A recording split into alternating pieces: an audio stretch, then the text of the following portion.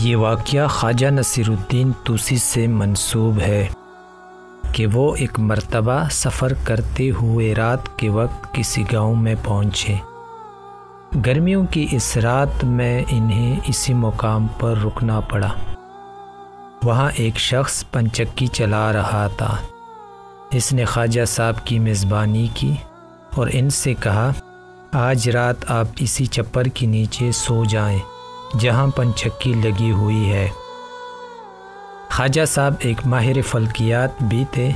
انہوں نے چکی والے سے کہا، بہت گرمی ہے لہٰذا باہر سونا بہتر ہے۔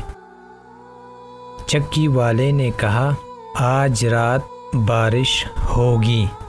خواجہ صاحب نے آسمان کی طرف دیکھا، مطلع بالکل صاف تھا اور ابر کا کہیں نام و نشان تک نہیں پایا جاتا تھا۔ ویسے بھی وہ ماہر فلکیات تھے، لہٰذا انہوں نے کہا، نہیں میں یہیں باہر سوؤں گا۔ خواجہ نصیر الدین باہر سو گئے، لیکن جب آدھی رات کو تند و تیز ہوائیں چلیں اور بجلی کی چمک اور بادلوں کی گرج کے ساتھ موسلادھار بارش ہوئی تو مجبوراً انہیں چکی کے پاس آ کر پناہ لینا پڑی۔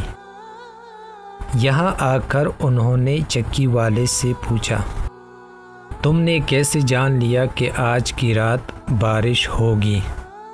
پنچکی والے نے بڑے اطمینان سے بتایا، میرے پاس ایک کتا ہے اور مجھے تجربے سے یہ معلوم ہو چکا ہے کہ جب بھی بارش ہونے والی ہوتی ہے میرا یہ کتا اسی پنچکی کے قریب چھپر کے نیچے آ کر سو جاتا ہے۔